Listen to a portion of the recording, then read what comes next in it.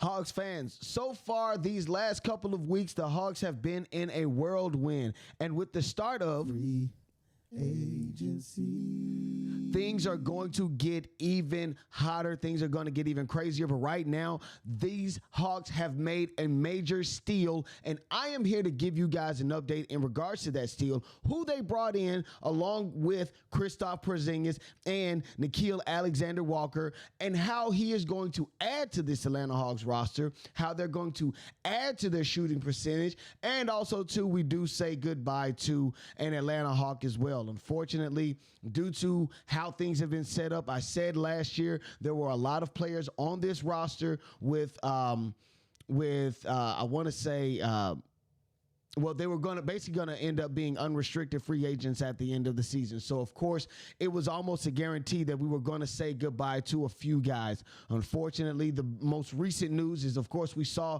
Caris LeVert head out to greener pastures. So, unfortunately, with that young man headed out, we have someone else coming in. So, with all that being said, let me welcome in the show.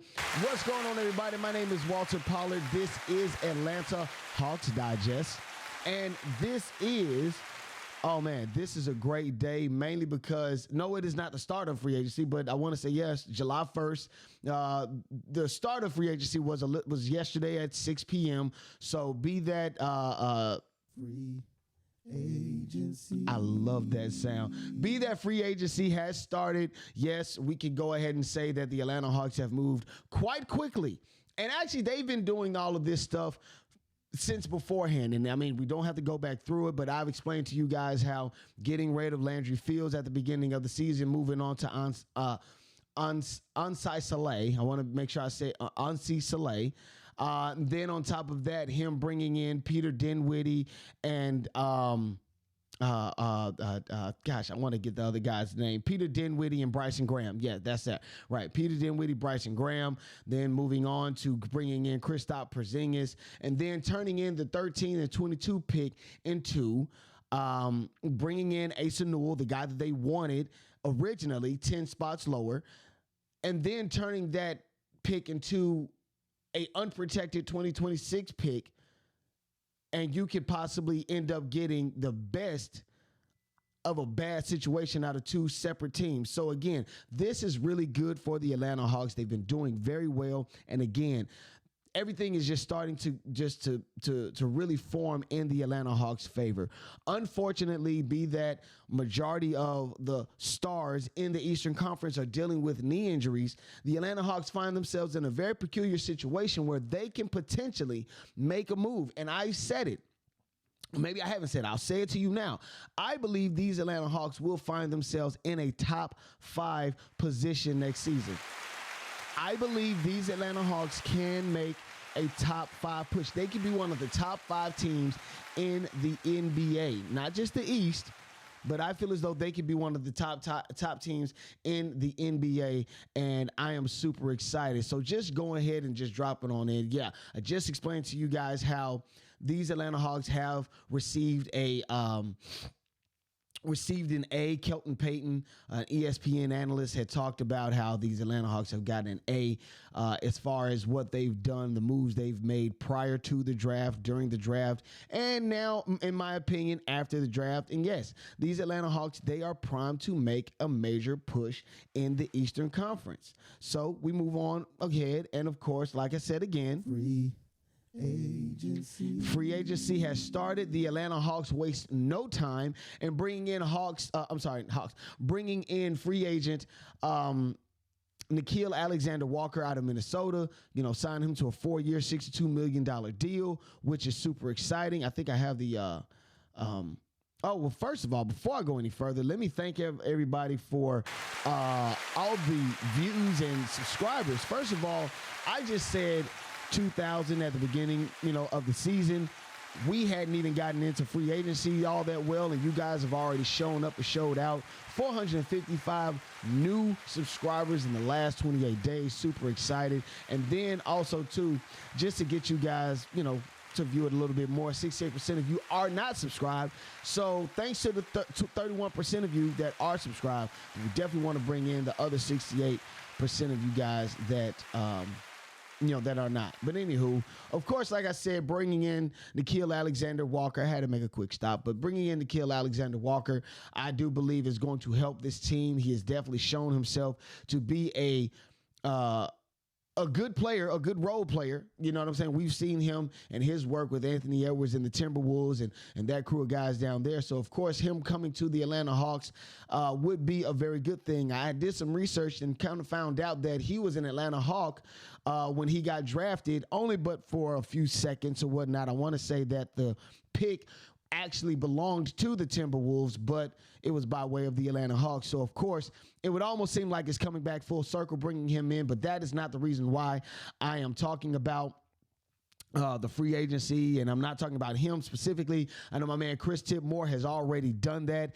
He's already talked about it, but why I'm here is not for him, but to talk about Luke Kennard, because the Atlanta Hawks, they have signed Luke Kennard to a 1-year, $11 million deal from the Minnesota Grizzlies. And I'm super excited about this, mainly because Luke Kennard is arguably one of the best shooters in the NBA. He's career leader. Get this. He is the career leader among active players in three-point percentage. His career percentage is 43.8% shooting all time. He's third all time in active players. And leading active play or current players among, he's leading among current players for three-point shooting. So, again, this guy is really good. You dig what I'm saying? 45% from three-point the last 5 years. So, again, you see that he does have the ability to shoot the ball. He's a high volume shooter. He's somebody that is something that we can actually see. And also, too, just bringing up the clips and what you can see. Once you cross half court, get it to him into the corner, he's able to shoot. He could be considered as good as Kyle Korver. And I know you guys do remember Kyle Korver. Of course, we've all seen the clip of him playing against the Bucks and him hitting, I want to say, 5 3-pointers in a row. But that's besides the point. We have Luke Kennard, and Kennard is arguably one of the best shooters in the NBA, and you can see there. Now, one of the issues that do pop up when you talk about Luke Kennard, because this is going to be a low-risk, high-reward situation with Luke Kennard. The reason why I say that is because he's only been brought in under a 1-year contract, $11 million, so only under a 1-year contract. So at the end of the season, if things don't pan out with Luke Kennard, we could, possibly get rid of him. We can let him go. We can, release him, or we can trade him away, however you want to do that. But this is a low risk, high reward. Because I don't expect for the Hawks to give him a ridiculous amount of minutes, but the time that he's going to be in, I know that he's going to be effective. And yes, there are some durability issues when we talk about Luke Kennard. He's missed time due to knee tendonitis when he was with Detroit. He missed time in 2025 due to lower back issues. He's missed time. He's been ruled out back in April of 2025 due to right knee soreness. And then there are other injuries that he's also had in his 8-year career. Foot injury, right hip injury, shoulder soreness, hamstrings. And though some of those things is what most players deal with in the NBA as well, I know the Atlanta Hawks have definitely had to deal with it due to the fact that they've had to fight the injury bug all season last year. But this is a low risk, high reward, because this young man is not going to be counted on to be the main star. But we are counting on him to do what he does best, which is shoot the ball at an extremely high clip. He is a high volume shooter, and the Atlanta Hawks want to increase that. Last year, you've seen it even in the play-in tournament, how they've tried to shoot themselves out of a situation or maybe out of a run. Another team may have made a run, and you want to make a quick three-pointer to kind of cut that down or stop it or whatnot or end the transition, and they just couldn't do it or they couldn't get it done. But I'll show you the clip just again, having Luke Kennard crossing, half court and then making that three-pointer. He shoots unwillingly, not unwillingly, but, he's not afraid to make the shot. He's not afraid to take the shot. You dig what I'm saying? And he does it quite quickly. Now, something that I wanted to point out because, yes, but Chris did bring up, all of the different guys that we are having come to the Atlanta Hawks. But something that has stuck out to me is the fact that the Hawks are planning to be a shooting team next year. And most teams that do have a good showing in the playoffs and possibly even making it to the NBA Finals are teams that can shoot at an extremely high clip. We've seen how the Celtics had done a couple years prior. They were a team that would hit three-pointers all game long. And even if they were having a bad game shooting, you still couldn't beat them because they shot so much you know what I'm saying? So, of course, we've seen it happen before. But when you take a look, right, and I'll bring up this really quickly. Of course, you see the team as it stands right now. Trae Young, Dyson Daniels, Zaccharie Risacher, Kristaps Porzingis, Jalen Johnson, and then you switch over and you bring in the other guys. You got Kobe Buffkin, Luke Kennard, Nickeil Alexander-Walker.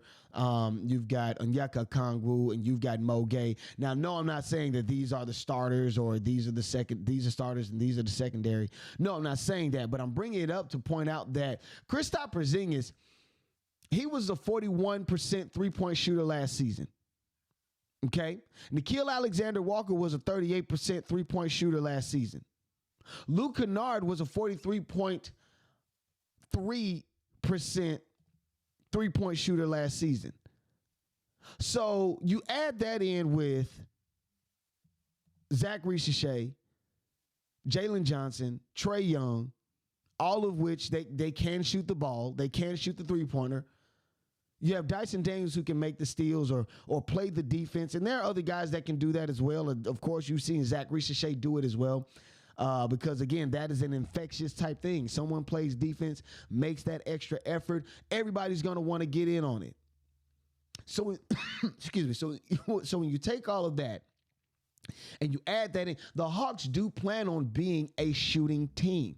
You've added one of the best shooting centers in the league to your roster.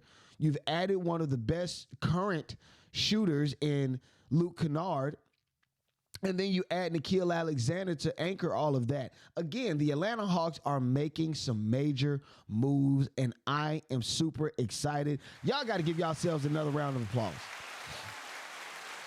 And I'm super excited for the Atlanta Hawks going forward because I know that we do have an opportunity. And I think if things can't go the way that we planned it to, if the injury bug does not strike again, these Atlanta Hawks will be a top 5 team. Now to move on in. Free agency. All right, I won't play it anymore. I just like that. Anywho, talking about free agency, unfortunately, we do have to go over the fact that the Atlanta Hawks not got rid of, but lost not Onyeka Okongwu, Clint Capela, all these alliterations. Anyway, Clint Capela just signed a 3-year, get this, 3-year, $21 million deal with the Houston Rockets. So, again, I want to give a major shout out to him because, first of all, the Atlanta Hawks had him on a 2-year, $46 million deal or an extension, which was his last contract. I think that was to expire this season, 24-25. And the Hawks did mention that they were not looking to bring Clint Capela back, so I am happy that he was able to find his way back home, which is his original team, the Houston Rockets. Just unfortunately, this is not the same Rockets that he was on with Chris Paul and James Harden. No, this is a different Houston Rockets team. This is actually a Houston Rockets team that has Kevin Durant. It's an older Houston Rockets team, surprisingly older Houston Rockets team. I want to say since free agency and the draft has started or has happened, the Rockets have gotten progressively older, unfortunately. And yes, Clint Capela, though he is an older gentleman, he does go back home to the Houston Rockets, and he will be headed there to play alongside his other fellow gentlemen like Kevin Durant and all that other good stuff. But nonetheless, the Atlanta Hawks, they are on the move, and I do believe a top 5 finish is in order for the Hawks, and I am super excited. Make sure that you guys stay tuned. Keep hitting the like, share, and subscribe button. Continue to send this to all of your Hawks fans and friends because I am super excited for the season. We got to keep it going because when it happens, oh, yeah, when we get to hoist that trophy, yeah, I'm going to be right here, and I'm going to lose it, okay? My name is Walter Pollard. This is Atlanta Hawks Digest, and I am signing out. Peace.